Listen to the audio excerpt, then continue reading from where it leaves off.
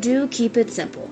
Photographs and other graphics can sometimes enhance a student's understanding, but too much can cause a textbook to be jumbled and hard to understand. Also, keeping it simple refers to the textual contents of a textbook, because big blocks of information can be boring to a student, and that can affect the student's ability to comprehend the information. In some textbooks, publishers push information that is minor in the grand scheme of history, and either give little attention to or completely leave out major events. An example of this is in the textbook Basic Principles of American Government. In this textbook, an emphasis is put on the rulings of lower court cases, like Engel versus Vitale, the court case about prayer in school, but does not give very much about the Supreme Court case that proves it unconstitutional. Many history textbooks leave out minorities, or waters down the horrid struggle many minorities have faced at the hands of whites.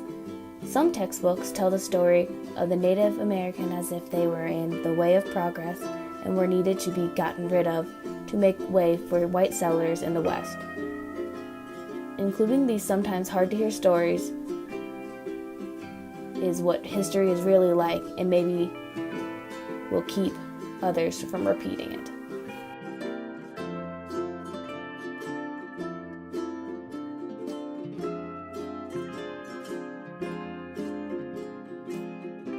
History is a vast subject, but a lot of textbooks leave out the important and interesting information.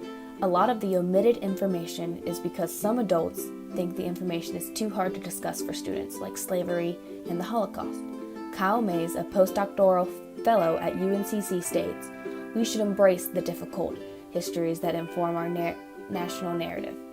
History should be used to inform the present. We don't live in a post-radical society, and history books should reflect that." In many states, there are lobbying groups who advocate for certain topics and information to be added into history textbooks. These groups are usually pushing to beef up religious or political information in history books. Most of the time, the religion being pushed in America is Christianity, and Islam is usually frowned upon being discussed in U.S. textbooks.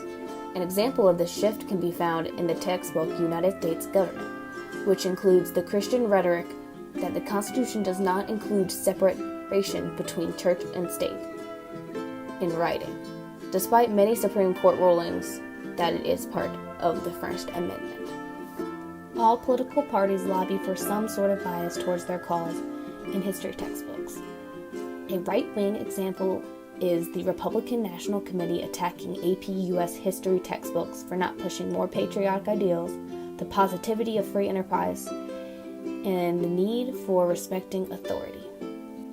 Every textbook usually has at least a slight bias or gloss over some historical events, but it's appalling when a textbook just makes up information.